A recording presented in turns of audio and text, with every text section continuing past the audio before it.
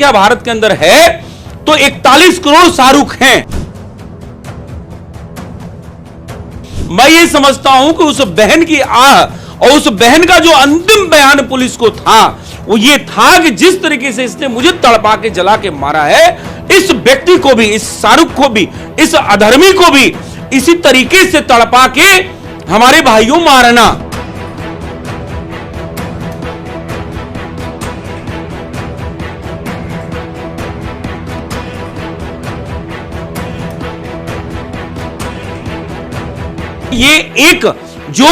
ये कॉकरोच शाहरुख है जो हंसता हुआ, इतना बड़ा जघन्य अपराध करने के बाद ये हंसता हुआ कोर्ट के अंदर जा रहा है। और मैं आपको बता दूं, उसकी हंसी अगर वही यूपी में होता तो शायद वो कोर्ट जाने लायक नहीं बचता। या जो हमारी अभी दिल्ली की जो बहन है, उसको जो जिस तरीके से धर्म परिवर्तन न करने पे या गोली मार दी, तो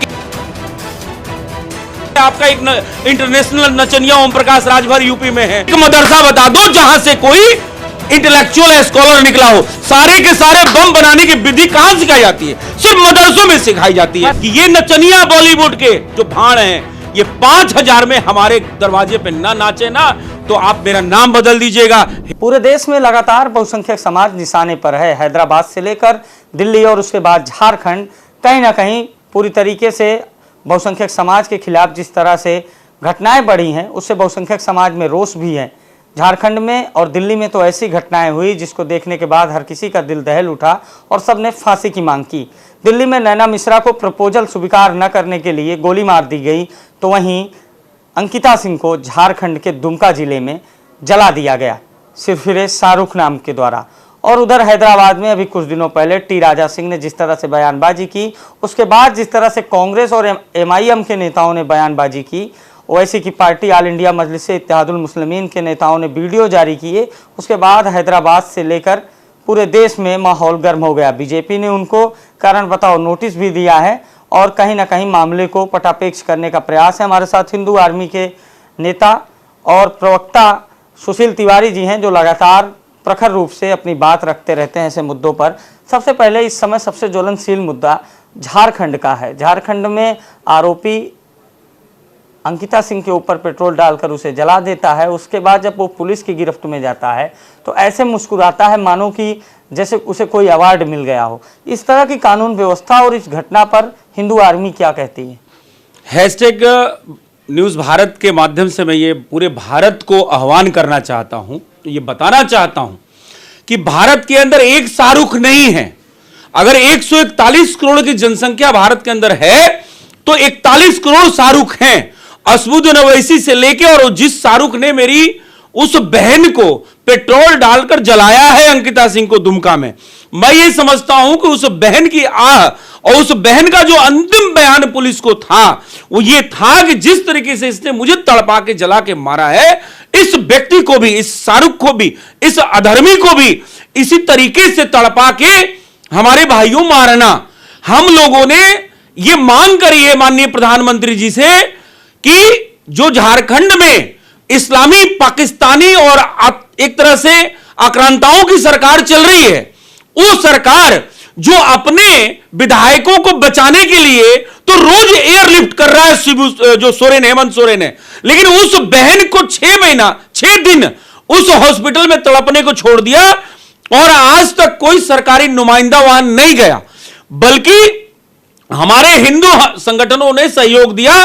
कपिल मिश्रा जी 28 लाख लेके पहुंचे, उनके साथ भाजपा नेता बिहार के और बनारस के रहने वाले हमारे निशिकांत दुबे और निशिकांत दुबे तो वही के हैं, लेकिन मनोज तिवारी जी भी गए थे।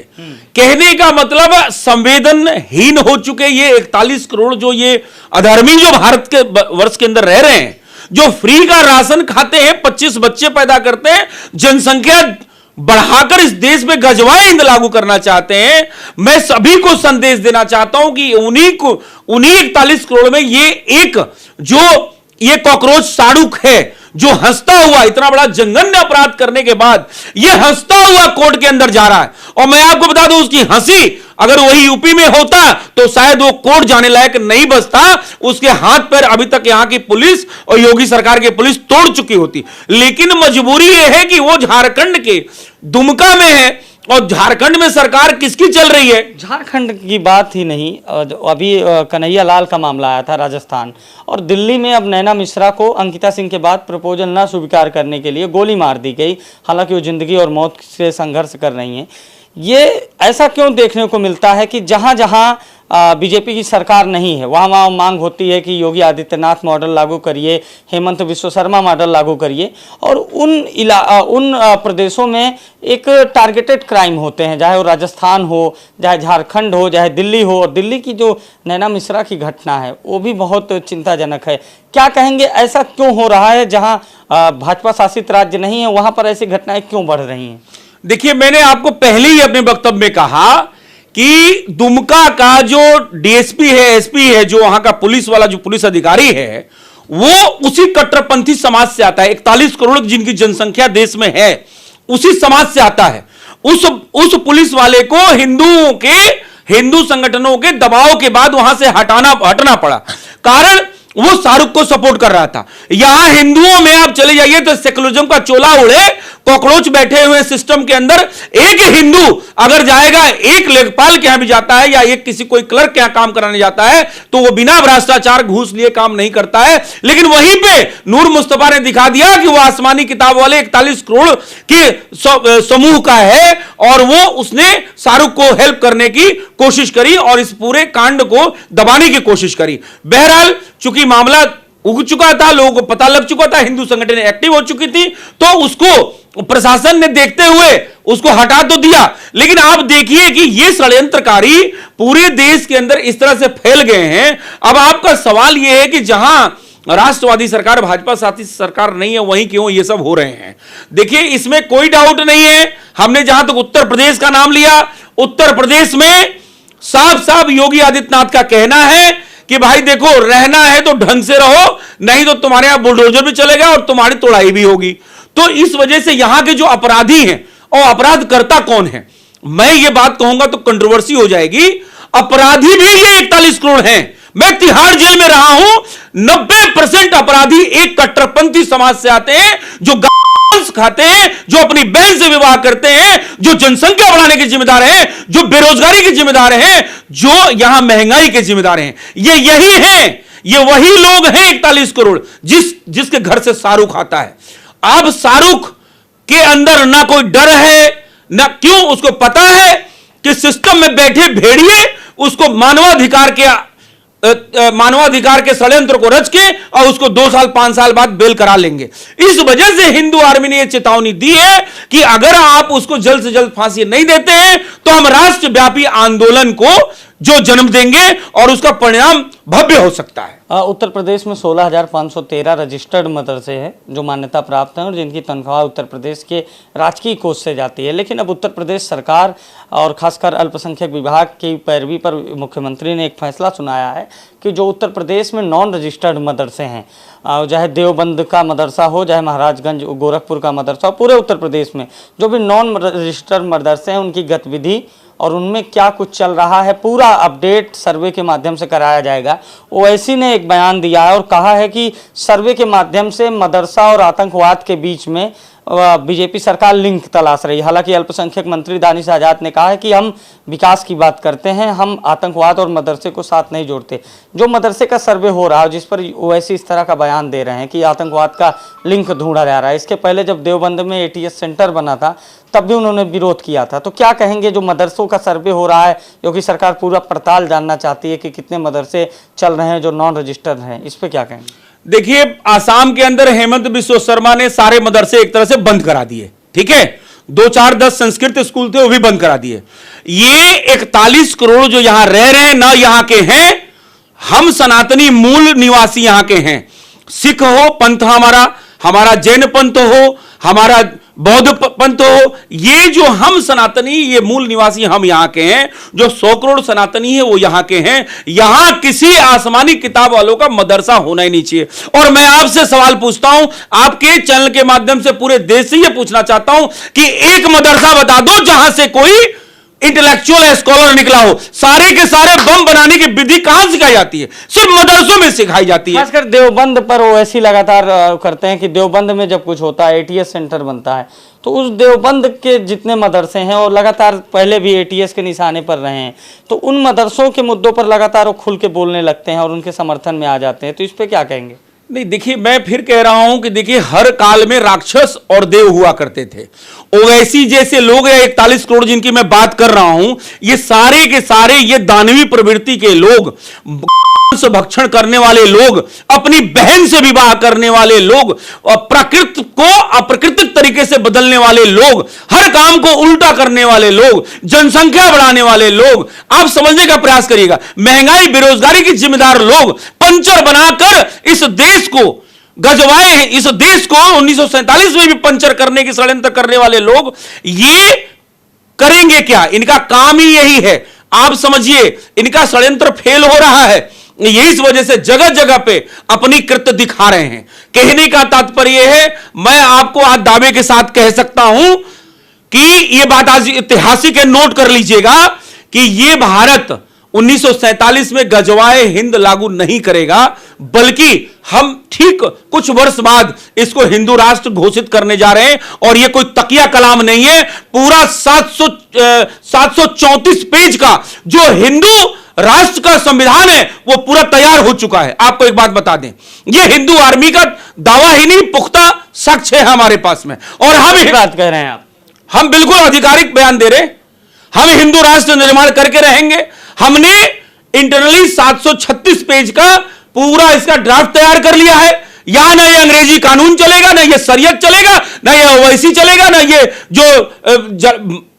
जो जंघन्य अपराध करने वाला शाहरुख हो या कन्हैया लाल तेली को मारने वाला है वो दो अधर्मी जो जेल के अंदर है, और या जो आपके कमलेश तिवारी के गला रेतने वाले लोग हैं, या जो हमारी अभी दिल्ली की जो बहन है उसको जो जिस तरीके से धर्म परिवर्तन न करने पे या गोली मार दी। तो कहने का मतलब यह है कि ये जो बलिदान हो रहा है, ये आपको समझिएगा, शहीद उर्दू शब्द है, हम लोग शहीद का प्रयोग नहीं करते हैं। हमारे चंद्रशेखर आजाद को शहीद लोग बोलते हैं, हम बलिदानी बोलते हैं, समझिएगा। ये उर्दू भी एक तरह से आतंकवाद फैलाने का बहुत बड़ा कारण है। हमें उर्दू से भी बचना चाहिए। नहीं तो उर्दू को तो उत्तर प्रदेश में द्वितीय दर्जे की भाषा दी गई है, तो इसको तो नहीं, ये एक व्यक्ति है जो राम मंदिर के कार सेवकों के खून की नदियां बहाकर और उसी खून से अपनी लाल टोपी बनवाई थी। उसका नाम है मुलायम सिंह यादव। आज वो मरणी सैया पे हैं, समझिएगा। आज वो जीवन और मरण के बीच में झूल रहे हैं, रोज बीमार है, रोज हॉस्पिटल जा रहे हैं। उन्होंने जो इतना पाप किया है, बात समझने का प्रयास करिएगा। उन्होंने इस भारत में जो सबसे बड़ा राज्य उत्तर प्रदेश है, इस उत्तर प्रदेश की सारे कार्यालयों में उर्दू लिखवाने का काम किया था। सबसे बड़ा षड्यंत्रकारी ये समाजवादी पार्टी, ये इस तरह के लोग हैं जिसको जो है ना जयचंद कहते हैं, छुपे हुए गद्दार कहते हैं। हमें यहां भारत में हमारी संस्कृति, हमारी परंपरा, ये राम का देश, ये कृष्ण का देश होते हुए यहां उर्दू की और आसमानी किताब की आवश्यकता क्या है? ये वोट बैंक का तुष्टीकरण करके ये उर्दू को और ये इस्लामीकरण यहां पे करने का काम करते हैं ये लोग। राजा सिंह के मुद्दे पे क्या कहेंगे आप? बीच में प्रेस कॉन्फ्रेंस भी किए थे, उनके समर्थन में भी आए थे, वो जेल गए हैं और उसके बाद क्या कहते हैं 2 बार उनको जेल जाना पड़ा और एक बार बीच में छूट के भी आए, फिर दोबारा जेल गए और बीजेपी ने उनको नोटिस दे दिया है। क्या लगता है कि पार्टी को उनको प्रोटेक्ट करना था, या फिर जिस तरह से उनका भी गला रेतने की धमकी दी गई उनको भी, और बयान जारी किए गए AIM और कांग्रेस जैसे अन्य विपक्षी दलों के द्वारा, इस पूरे प्रकरण पर आप क्या कहेंगे? देखिए, आपको इसमें बता दूं आपको कि राजा सिंह एक भारत का भविष्य, उभरता हुआ भविष्य है, और राजा सिंह के जितने भी बयान हैं वो बिल्कुल तथ्यहीन नहीं है, तथ्यपूर्ण हैं। और उस बयान के साथ हिंदू आर्मी डे 1 से खड़ी है, राजा सिंह के साथ खड़ी है और खड़ी रहेगी। राजा सिंह ने वही बात कही, क्या बताइए, से नहीं खाते क्या? इन्होंने 6 वर्ष की बच्ची से विवाह नहीं किया था? क्या इन्होंने जो है 9 वर्ष में उसके साथ जो है शारीरिक संबंध नहीं बनाए थे? क्या ये नहीं खाते हैं? आप समझने का प्रयास करिए। उन्होंने यही बात कही जो उनका जाकिर नाइक कहता है। और समझिएगा, ये विधर्मी कहते हैं मैं अपने भगवान के अलावा किसी के सामने झुकता नहीं, लेकिन ये मोदी के डर से वही जाकिर नाइक यहां से पीठ दिखा के और भागा हुआ है। यही जाकिर नाइक पीठ दिखा के भागा हुआ है। समझने का प्रयास करिएगा। राजा एक ऐसा चेहरा है जो भारत का दूसरा योगी बनने वाला है। इस बात को समझ लीजिएगा। वो उनके नाम के पीछे हम लोग टाइगर लगाते हैं, और टाइगर हमारे यहां कहां पे है आप समझिएगा। अभी प्रधानमंत्री मोदी जी ने जो सोए हुए टाइगर थे उनको अभी जगाया है, दहाड़ा है। तो राजा सिंह वो टाइगर है। वो चारों तरफ मीनारे और इन विधर्मियों के मंदिर हैं, समझिएगा। और उस सारे विधर्मियों के जाल में बीच में वो शेर अकेले दहाड़ता है। और हैदराबाद में जहां की 60 मुस्लिम आबादी 60% नहीं, मैं किसी मुस्लिम की बात ही नहीं कर रहा हूं। मैं तो विधर्मी अधर्मी कह रहा हूं। आप भी अधर्मी हो सकते हैं, कोई भी अधर्मी हो सकता। मेरा किसी संप्रदाय से लेना देना नहीं है। हम कोई भी इस हेट स्पीच में नहीं जाना चाहते हैं। मेरा मानना है कि सारे के सारे कलंकित कुक्रोच वहां रहते हैं। उस बीच में, भेड़ियों के बीच में एक शेर रहता है, राजा सिंह। कौन महल है जिसको गौश महल, जिसको जलाने का भी एक अधर्मी ने वीडियो जारी किया था। लेकिन आप समझिएगा, यहां पे स्वयं को हिंदू कह दीजिए तो आपको गिरफ्तार कर लिया जाएगा। लेकिन वहीं पे हैदराबाद में सैकड़ों हजारों मांस खाने वाले तन से धड़ जुदा करने का, तन से सर जुदा करने का नारे लगाए और एक भी गिरफ्तार नहीं हुआ। इससे यह साबित होता है कि भारत से पाकिस्तान ही सिर्फ अलग नहीं है। हमें पाकिस्तान तो लेना है, हमें अफगानिस्तान लेना है अखंड भारत में, लेकिन यह हैदराबाद भी लेना है, हमें पश्चिम बंगाल भी लेना है, हमें छत्तीसगढ़ भी लेना है, हमें बिहार भी लेना है। ये जितने भी प्रदेश हैं कहीं ना कहीं इस्लामीकरण की तरफ पूरी तरह से बढ़ गए। क्योंकि जहां तक मदरसे का नाम आता है तो उन्हीं मदरसों में पटना के अंदर बम विस्फोट होता है और नीतीश सरकार वहां पे कोई एक्शन नहीं लेती है। बल्कि वहां का एक जो मदरसे में रहने वाला, जो पढ़ाने वाले PFI के एजेंट भी पकड़े गए थे वहां पे। भाई मैं वही तो कह रहा हूं कि इनका 2047 के अंदर गजवाए हिंद लागू करने का सपना है। और उसी पे योगी आदित्यनाथ जी ने कहा था कि ए भेड़िया मैं कह रहा हूं, उन्होंने कुछ और कहा था, अधर्मी कहा था, ए भेड़ियो यहां पे सिर्फ संस्कृति से संविधान चलेगा, संविधान से देश चलेगा, न कि तुम्हारे उस शरीयत से चलेगा। देश संविधान से चलेगा, शरीयत से नहीं चलेगा। और यही योगी आदित्यनाथ भारत के भाग्य विधाता और भारत के भविष्य हैं। और जहां तक PFI की बात है तो PFI ने अपने 75 दलाल यहां पाले हैं। देखिए, PFI का पहला दलाल चंद्रशेखर रावण, जो उसके टुकड़ों पे पलता है, 20 फॉर्च्यूनर से चलता है, हमें दलित और स्वर्ण और ब्राह्मण और क्षत्रिय और वैश्य में बांटता है, ठीक है, और काम इस्लाम के लिए करता है, खुद 5 टाइम की पूजा करता है। पहला दलाल। दूसरा दलाल बामन मेश्राम, जो बाम सेब के अध्यक्ष है, वो भी यही काम करता है। पहले ले जाएगा, बोलेगा हिंदू से बौद्ध बनो, बौद्ध से इस्लाम में कन्वर्ट कर देता है।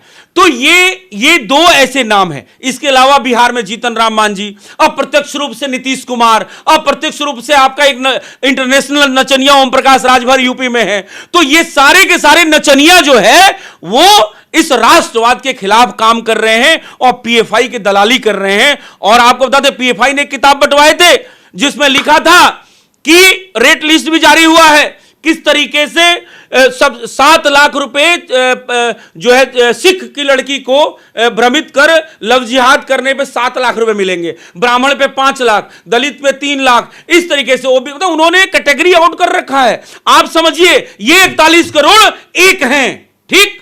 ये एक अपने त्योहार के दिन मासूम जानवरों की हत्या करने के लिए ये सारे खून की नदियां बहा देते हैं। लेकिन जब हम होली में ओरिजिनल प्राकृतिक रंग खेलते हैं तो ये कहते हैं कि पानी की बर्बादी हो रही है। जब हम अपने भगवान की पूजा करते हैं तो वहां पे ये कहते हैं दूध की बर्बादी हो रही है। लेकिन ये खाएंगे, वहां पे प्रकृति की हत्या नहीं हो रही है, वहां पे किसी को ठेस नहीं लग रही। बॉलीवुड से भी इस तरह के बयान आते हैं कि हमें अस्थमा है और दीपावली में दिक्कत होती है पानी की, खासकर बॉलीवुड। और इस वक्त बॉलीवुड की स्थिति ये है कि बहिष्कार के बाद कई जो अभिनेता हैं वो बड़े गुस्से में हैं। उनका कहना है कि इस तरह का बहिष्कार होगा तो ठीक नहीं है। बहिष्कार की वजह से वो अब वेब सीरीज़ की ओर बढ़ रहे हैं, नेटफ्लिक्स की ओर बढ़ रहे हैं। बॉलीवुड की पिछली जो मूवी हैं 10 से ज़्यादा मूवीज आई हैं और उसमें से एक ही 2 मूवीज हिट हुई हैं जो हॉरर हैं या फिर ऐतिहासिक हैं, बाकी मूवीज़ फ्लॉप हो रही हैं। तो बॉलीवुड बड़ा नीचे जा रहा है और ख़ासकर इस तरह के बयान वहीं से आते थे। तो क्या कहेंगे? देखिए, बॉलीवुड के लोगों को बादशाह लोग कहते थे, हिंदू आर्मी तब से उनको नचनिया कहती है।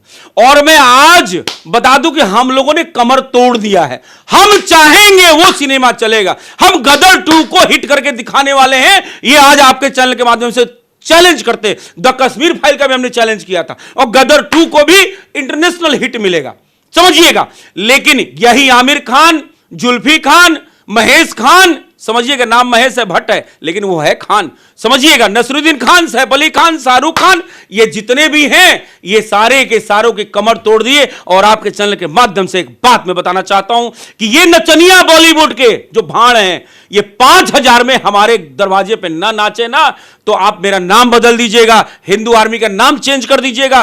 इन नचनियों को जब तक आपके यहां ये 5000 में नाचने को तैयार ना हो जाए तब तक इनकी फिल्मों का बायकॉट करते रहो। जो राष्ट्रहित में सिनेमा ना बनाए, चाहे वो अक्षय कुमार ही क्यों ना हो, जो बेधर्मी जरा सा भी फिल्मों में इस्लामीकरण करने का काम करे, उस बेधर्मी को वो मुक्ति दो कि वो भीख मांगने लायक न रह जाए। जब तक आपके 5000 में नाचने को तैयार ना हो जाए तब तक बायकॉट जारी रखो। तो ये हमारे साथ हिंदू आर्मी के नेता और प्रवक्ता सुशील तिवारी जी थे, जिन्होंने अपने चिरपरिचित अंदाज में लगातार सभी मुद्दों पर राय रखी। कैमरा पर्सन मेराज खान के साथ अभिषेक शर्मा, #भारत न्यूज़, लखनऊ।